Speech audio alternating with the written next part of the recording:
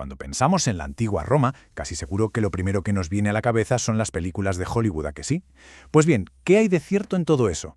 Hoy vamos a comparar esos mitos del cine con lo que fue la sorprendente y a veces extraña realidad histórica. Para empezar, mirad esta publicación de Reddit. Es que ¿a quién no le ha pasado algo parecido? Pues bueno, hoy le hacemos un favor a este usuario, porque precisamente de eso va la cosa, de compartir unos cuantos datos curiosos sobre el Imperio Romano, y algunos son bastante locos. Venga, pues vamos al lío. Y empezamos fuerte, desmontando la figura romana más icónica de todas, la que todo el mundo conoce.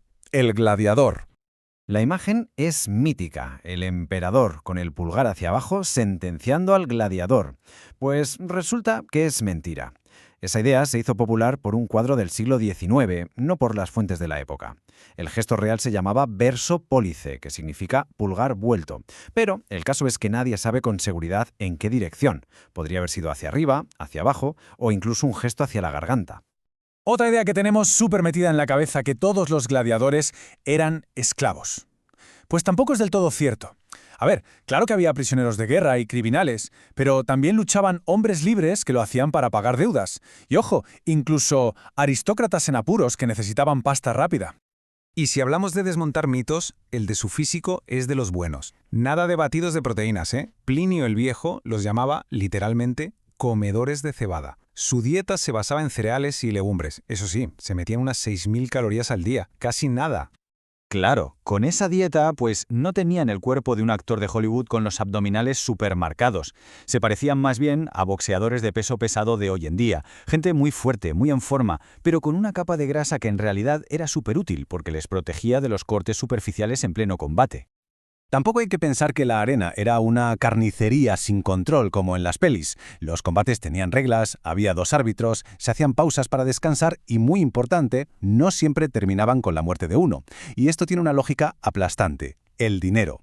Un gladiador bien entrenado era carísimo y su dueño, el lanista, no quería que se lo mataran a la primera de cambio. Era su negocio, su inversión. Bueno, ya hemos visto que la vida del gladiador no era como la pintan. Pero, ¿y la del romano de a pie? Pues preparaos, porque aquí la cosa se pone aún más rara y contradictoria si cabe. A ver cómo explico esto. Los festivales romanos podían ser surrealistas. Por ejemplo, las Lupercales, cada 15 de febrero. Imaginad la escena. Sacrifican una cabra y un perro. Luego cogen a 2 chavales, los desnudan, les untan la sangre y los chavales tienen que echarse a reír. Para rematar, se ponen a correr por las calles dándole latigazos a las mujeres para, supuestamente, hacerlas más fértiles. De verdad, increíble. Pero bueno, no todo era tan peculiar. Había otras fiestas que nos sonarían mucho más, como las Saturnales. Eran en diciembre, duraban una semana, había banquetes enormes, se hacían regalos y, lo más curioso, se invertían los roles sociales. Los esclavos actuaban como amos. ¿A qué suena familiar? Es que, básicamente, de aquí viene gran parte de nuestra Navidad. Y si había un lugar que era el centro de todo en la ciudad, ese era el baño público. Pero ojo, no como un spa de hoy en día, era mucho más. Era como el gimnasio, la oficina, el bar y el club social, todo en uno. Allí se hablaba de política, se cerraban negocios, se cotilleaba, vamos, de todo un poco. Pero aquí es donde llega la gran contradicción. Por un lado, tenían unos baños públicos espectaculares y por otro, una higiene que, dejaba bastante que desear. En las letrinas, que eran comunales, para limpiarse usaban una cosa llamada tersorium, un palo con una esponja en la punta. Lo mejor de todo, que se compartía, sí, la misma esponja para todo el mundo, un foco de infecciones de manual. Hemos visto gladiadores, fiestas, vida cotidiana.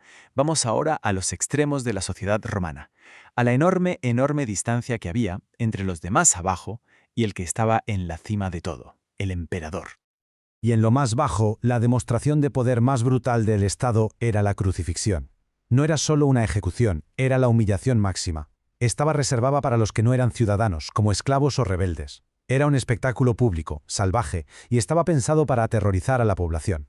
El historiador Tácito lo dejó muy claro. A esa canalla no se le puede dominar sino por el miedo. Era un mensaje directo, brutal. El miedo era, sin duda, una herramienta de control social fundamental para mantener el orden. Vale, el pueblo temía al Estado. Pero, ¿y si el propio emperador, la cabeza del Estado, era el que provocaba el caos y el escándalo? Porque a veces el verdadero problema venía de arriba del todo. Y aquí tenemos un ejemplo increíble. El emperador Heliogábalo. Llegó al poder con solo 14 años y básicamente dinamitó todas las convenciones romanas. Se casó con 2 hombres, se refería a sí mismo con pronombres femeninos, usaba maquillaje, pelucas, ropa de mujer. Llegó a ofrecer una auténtica fortuna a cualquier médico que pudiera, y cito, construirle una vagina. Una auténtica revolución para la época. Claro, esto era demasiado para la élite romana. Su desafío fue tan bestia que después de asesinarlo con solo 18 años, el Senado ordenó lo que se conoce como damnatio memoriae, o sea, una condena de su memoria, un intento de borrarlo por completo de la historia, como si nunca hubiera existido. Entonces, después de ver todo este caos, estas contradicciones, ¿qué nos queda realmente de Roma hoy en día? ¿Qué hemos heredado de esa realidad tan compleja y a menudo tan sucia? Pues mucho más que acueductos y ruinas, desde luego. Su legado está metido hasta el tuétano en nuestra cultura. Las Saturnales, como hemos visto, son el germen de la Navidad. Su idea de ciudadanía, aunque era limitada, es la base de muchos ideales políticos modernos.